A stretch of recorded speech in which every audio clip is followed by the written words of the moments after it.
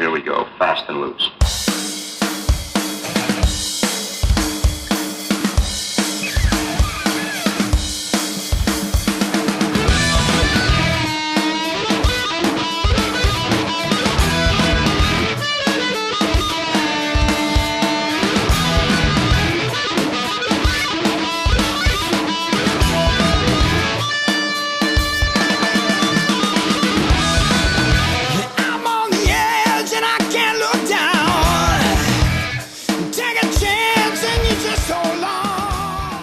All right, guys, this is Shane Guns with 365 Radio Network, and I'm on the phone today with Billie Pulera of Electric Revolution. What's going on, man?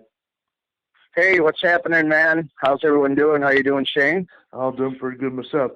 So, we've followed you guys for quite some time now, and so tell me about Electric Revolution, who you are, and how you came to be. Well, I don't know. I've always played music here, locally, and been in bands actually with the bass player that I have now, Steve Christianelli, which he's always been at my right side, pretty much chasing the crowd. And I'm just playing around different things, man. And I went through a period of, a dark time, I guess you could say, where I didn't play. I had some issues, some demon issues, I guess you could say, and other kind of things that kept me from playing. And then finally I decided that it was something that was missing in my life, so I figured I want to get something going again. So I knew of this guitarist that used to be this little kid in the guitar store when I used to frequent this guitar store, or music store rather. Right. And he'd be the kid that was in the corner, man, and playing like all the Van Halen Eruption leads at, like 11 years old, 12 years old, blowing me away. You know what I mean? Finally, just keeping in touch, seeing what he was doing. He was in the city just north of us in Racine, Wisconsin, actually. And so I figured, you know what, man, I'm going to put this little power trio together and take it from there, And then I took on the vocal duties as well as playing drums, and thought to myself, if you could find somebody to do this type of thing that we wanted to do, we wanted to go back to the roots of kind of what we're all about, and that's kind of like a blues-based hard rock kind of thing, like a Deep Purple kind of vibe, Montrose kind of vibe, the first Montrose album, that kind of thing, and right. So we just started knocking around some ideas, man, and, it came about, and I started, just practicing to sing and play at the same time, which I've never done before. I've always been like a background singer and just a drummer kind of deal, So, right. But then there was a guy he was the only guy that could fit the bill, that the kind of vocal style that I would want in this band, which I worked with him back in the late 80s, early 90s, and, but, I thought to myself, we'll just keep it at this for now. And,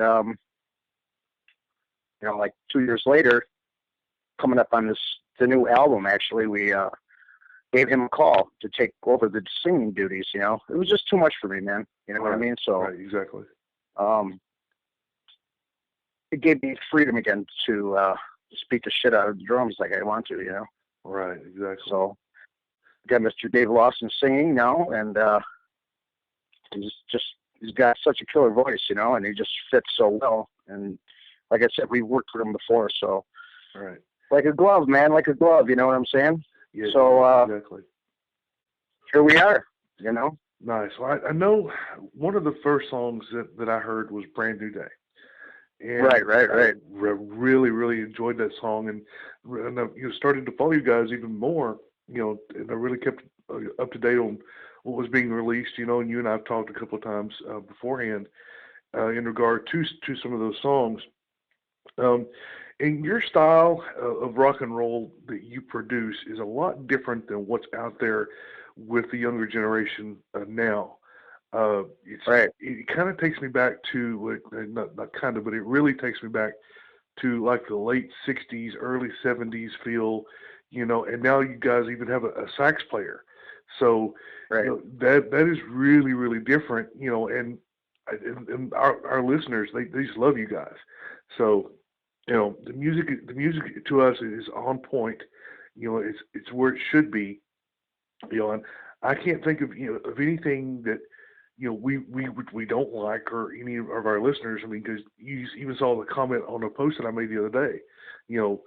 Another band from Texas is really digging you guys. Cool, man. Hey, that's awesome.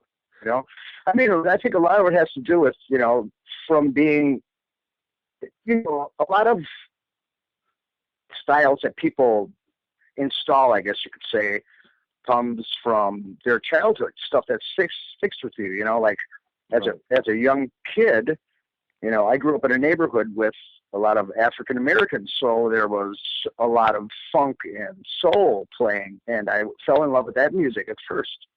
Of course, the Beatles and all that stuff when I was really young, and just rock and roll in general intrigued me. But then the soul thing and the funk thing came about, and James Brown and Otis Redding and all that kind of stuff when I was a real young kid, man. That I'd go to these cats' houses, man, and there was no television. There was only a record player in the living room and dancing going on, and that kind of thing, man. So that whole soulful kind of thing stuck with me, that vocal style.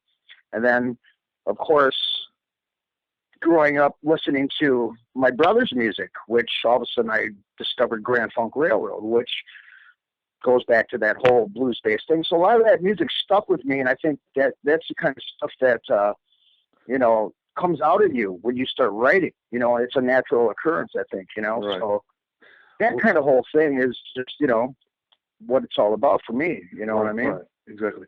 Well, I was going to say that the new album, Character is Power, it is just, it's real funky, and I really like it. It's got Cool. real, Thank you. it's real soulful, and you really get into the music when you start listening to it. And you guys, I really, really, listen to you guys a lot, and it's just one of those albums that you just can't let go of. Oh, I appreciate that, man. Thank you. Yeah, it seems like people really like it. I mean, I've heard things from where, it's, they said there's not a bad song on the album, which to me, that's awesome. That kind of goes back to like that first Montrose album. There's not one bad song on it, which is a definite compliment. You know what I mean? Right. So And for me, man, go ahead. I'm sorry. No, I'm sorry. But I was going to say, it is very hard to find one favorite song off of Character is Power. But I do have to say that Here We Go has to be my favorite off that album. Oh, totally. It's a perfect song to start the album out. That's what we use to start our set out. It's like, here we go, man. Again, because now having Dave Lawson back in the band, it's that whole thing, bringing back the old school kind of vibe, man. Let's do it again kind of thing. That's right. That song's basically about, like, take it by the balls and go with it, Right. and see what happens here. Just, it's just about loving music, man, and playing it. I've always done it all my life. So, you talk about Brand New Day, that song actually was the song that was written about my whole situation, coming out of that dark period and, breathing life back into myself, through music. So that's what that song was about. I mean, my son committed suicide, and, there was issues with, substance abuse and that kind of thing, which it was a real hard time for me, man, and so the music definitely was therapeutic and helped me to move forward. And, it's pretty much what drives me now, Right. And right, exactly. So, right, exactly. And like I said, to me, music is therapy. And whenever you can find an artist or a band that you can just, sit back and put your headphones on or whatever and just listen, and it just kind of takes you away, takes you out of the moment. And for me, you guys do that for me. So.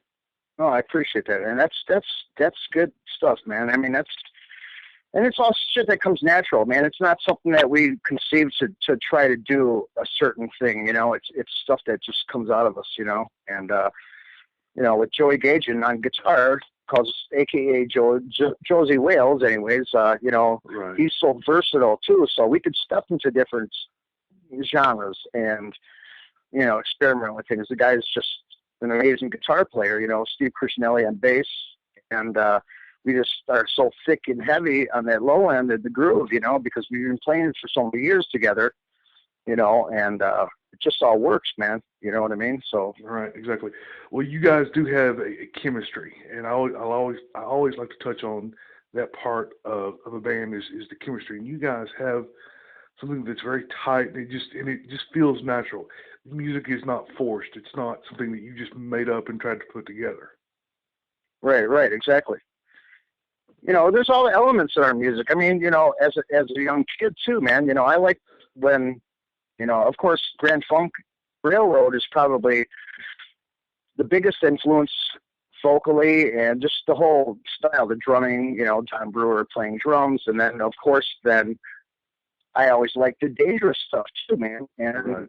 Alice Cooper came out, and Black Sabbath, and I love Led Zeppelin because the drumming was just incredible, and all that stuff, And then as years went on, then UFO, the Euro metal stuff, I guess. Right. UFO and the Uli Roth era Scorpion stuff, Right. really hit home, man. And so there's a combination of all that stuff Right. in our music if you listen to it. I mean, like Joe Gajan, when he wants to rip, he could shred with the best of them. You know what I mean? Right. All right. Exactly. But then he could lay down the tastiest, coolest, jazzy, weirdest, out of the box, leads too. Rush was a big influence on us also. Steve Crishnelli and myself, when like Fly By Night came out, we learned Vitor and the Snow Dog, and all that kind of stuff. So that kind of stuff helped our playing too, because we always like really, good players too. That was a big thing. A lot of rehearsing and practicing. We even would listen to like Return to Forever, with Right. Stanley Clarke and El De Miola. That was a cool album, Romantic Warrior. Right. There's certain albums that, we would listen to first for a long period of time. And of course, emulating that stuff, so it all intertwines into our music, Right. I mean, like the end of, say, the song that's on the album called You Are Here. That's a total, to me, it's kind of like a Rush thing, you know what I mean? It reminds me of a Rush vibe. And the end of Tragedy, same kind of thing. It reminds me even of, like, the part in 2112, grand finale kind of deal, you know what I mean? Live is real big and loud, and so right, exactly. I'm a product of the 70s, man, so it's going to sound like that, Right, exactly. Well, and again, your music reflects what your influences were. So speaking of that, as an individual musician, give me some idea of who your personal influences are. Oh, as a drummer, you're saying? Yes. As a drummer, yes. John Brewer from Grand Funk, Bill Ward, Black Sabbath, Right.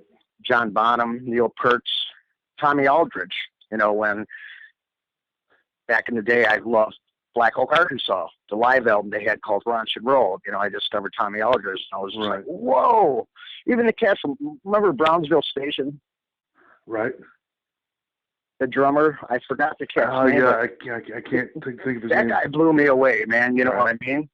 I loved Brownsville Station, too, because they were just hot rock and roll, and they'd jump off their amps, and they wore cool clothes, and I liked a lot of the glam stuff, too, even like the Dolls and stuff, and, New York Dolls, and Kiss, and, Slade, and, Mata Hoople, and stuff like that, Yeah. I was intrigued by all that different stuff, man, so. Exactly. Well, I will say that your style of drumming, I mean, it fits very well with what you guys are doing. It's funky, it's soulful, and then there's just the flat out rock and roll, it's really good. Well, thank you. Yeah. So, all right. So, is there anything else you guys have in the works that is coming out within the next year or so?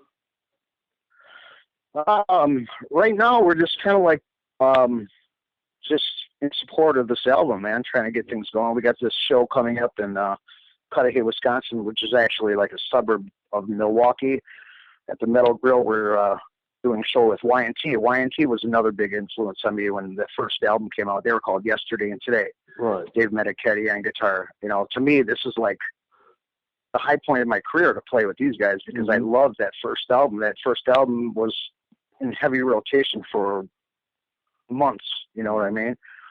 It was just called Yesterday and Today, the very first one they came out with. So this is kind of like a really cool thing for me, man, to do this gig here coming up. That's March 13th. Right. But you know, pretty much in support of this right now. And of course, I mean, we got stuff that's on recorded actually on file. Right. Things, ideas. So, I mean, for us to write another album would take no time to do it because, you know, there's just so many ideas. And then a lot of our stuff is based around grooves, you know, bass and drum grooves. Right. So if Steve and I, if I would throw it on a beat, Steve would, like, Character's Power, that's how that was written. Right. Lyrically, that was an idea for me from a print that I saw that came from a book that was published in the late 1800s, a religious book, actually. Right. And there's an illustration that's in there that if you listen to the song, there's key words that are basically, you know, the words that pertain to someone's character. That's to build a strong character. So that's what this is all about. You know, the whole album's kind of based on that kind of thing. If you listen to the lyrics, you know, I wrote pretty much 90% of the lyrics, so, you know, it's based on my ideas on life and thoughts and all that kind of shit, you know, so. Excuse my French. Remember, I was telling you I could speak fluent French. That's okay. Just minimal French is okay. So we're good. Right. Because this will go out on the air. So anyway. Oh yeah, totally. Yeah. So I guess the next part of my questions is when you guys write a song. I know you said that, you know, you come up with an idea or Steve comes up with an idea. So how does a song come together? Through jamming, I guess. You know, we'll just like I said, some of the stuff is, you know, people will bring in different stuff, or, you know, like a lot of the stuff that we did on the EP. Our guitarist Joey Gajan, aka Josie Wales, has a writing studio in his basement, so we would get together down there. Just start jamming, you know, coming up with different grooves and different ideas. And, you know, some things worked, some things didn't, you know, and there's key things that are like, yeah, you know, and I would write the lyrics and work around some of the stuff. And then we would bring it back down to rehearsal space in my basement here and perfect them, you know, and work them out and arrange the parts, I guess you could say, to make sense. So, you know, that's the majority of how things are written. Right. You know, ideas. And, you know, I would write things on my phone because I don't play guitar or nothing. So I would come up, like the song In the End, last song on the album. Mm-hmm. I wrote that song and that main riff and everything on my front porch, just thinking about, you know, life in general and the journey that we make from, you know, cradle to the grave kind of thing. Right. And I had this riff in my head, you know, and it's kind of based on the whole blues kind of 60s kind of vibe. You know, it's almost reminiscent of Manic Depression from Jimi Hendrix in a way. Right. You know, that main riff. Right. He was another big influence, of course. So, you know, I would mouth things in my phone. Of course, I got an app on my phone, a recording app. And I would say, okay, guys, play this, man. Check this out, you know. And they would pretty much take what I had recorded and bring it to life on the guitars and bass, right. You know, or they would have a part, Steve would come up, you know, like Character's Power was written in probably 15 minutes. Right. You know, and Steve came up with the groove, man, you know. I mean, I laid the bass, the drum groove down, but Steve came up with that main riff, that bass part, right. Which then everything falls into place, you know. Right. So, but, yeah, I really like Steve's style on bass. He's just real solid, and he's a badass player, man. I tell you, I wouldn't want to play with anybody else. That's for sure. Right. You know. And I've always said that if your bassist and your drummer don't get along, then you're not going to have good music. So. Well, there's sometimes we have our issues, but like I said, we've been together for such a long time. It's just like, you know, like clockwork, man, with us. You know. Right. and he's such a dynamo on stage too. His live performance is second to none, man. Too, you know. I mean, the he's a monster on stage too, right. Which is a big plus for us, you know. Right. So yeah, we just did this thing the other night, which is kind of cool. It was supposed to be an unplugged thing, but once we started getting into it, it was just kind of didn't really feel right to us. So what we did was we tweaked some of the songs. You know, we took the songs, broke them down. Steve played upright bass, and Joe played big hollow body Gretsch. Right. And you know, like, here we go.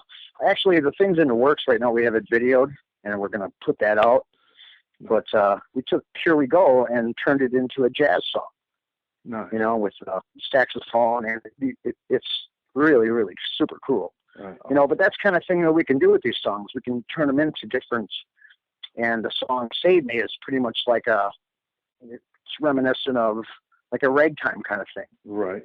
You know, like a bluesy ragtime thing, which is cool, man. I like to dwell in different genres like that too. You know, not to just, you know, be labeled as a certain type of band. You know what I mean? Right. Of course, it's all, you know, people talk about heavy metal, and there's heavy in different genres. You know, it doesn't always have to be in metal. You know? Exactly. You know, and our music is always going to be heavy because we play loud and there's distorted guitars and, you know, that kind of thing. And I beat the shit out of my drums, excuse my French again. Right. But, you know, it's a heavy song, man, you know, and there's just elements of everything in it, which I think is good. It's a good thing for me. Anyway, makes me happy.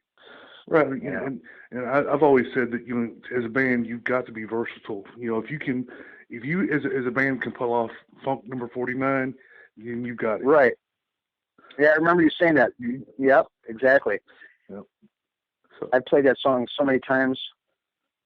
Right. James Gang was another. I love that album. You know, that's a really, really good album. I can't find a song on there I don't like. So, totally. Yeah. So where can my listeners and everybody else find your music? You can find it on our website, electricrevolution.net, and there's a link on there through CD Baby. Actually, we have everything housed. You know, you can get it digitally and CD copies. We're going to do some vinyl also coming up here. Awesome. I want one of those. Which is going to be cool. I love vinyl, you know. Yeah. And yeah, everything's there. We have a local store handling our stuff too here, CD Warehouse, cool, in Kenosha. But mainly, just go to the website, man. You know, and it's all on there. .net, all one word. Electric Revolution. www. electricrevolution.net. Yeah, very cool.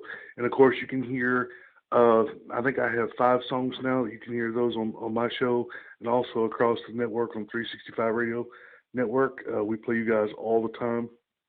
So, hey, man, you know what? I really appreciate that too, because like I said before through Facebook, that you know, you guys, you know, are doing such a great service for indie bands. You know what I mean? It's not every day that you know, it's hard to just let people, you know, listen to your stuff.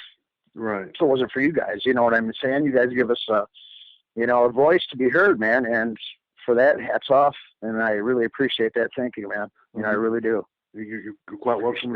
And we thank you for the music, man. Like I said, we all listen to it. We play it. You know, we all like it. And I've got my kids jamming out to Electric Revolution. That's how good it is. It's awesome. So, all right, Billy. Well, we're going to wrap up this portion of the interview, but I do want to revisit once something new comes out, and we can talk about that. Oh, totally, man. Yeah. Yeah, definitely. Yeah. We can talk about Summer's coming, man, so who knows what will happen here. You know, I just want to get out there and be seen and be heard and, you know, try to get on some festival dates here coming up and all that kind of good stuff, man. You know, just get out there and play, you know. Right. And if you guys ever make it down to Texas, man, I'm there. Dude, I want to get down to Texas really, really bad. You know, I mean, we were invited by Mothership actually to come down there for like a week or something. You know, that'd be kind of cool. We play with those guys. Yeah. you're familiar with that band, right? Really Oh, excellent band. yeah. I love those guys. Yeah, Mothership. They're pretty good too. So yeah, I followed them for quite a They're while. Dallas boys, I think. Yes, they are. They're based out of Dallas. Yep. And he was just telling me about the scene down there. It's just, it's different here. You know what I mean? Right. It's, I don't know. It just seems to be more accepted down there. The kind of shit that we're doing, anyways. Right. Exactly. Yeah. Which I've heard numerous times.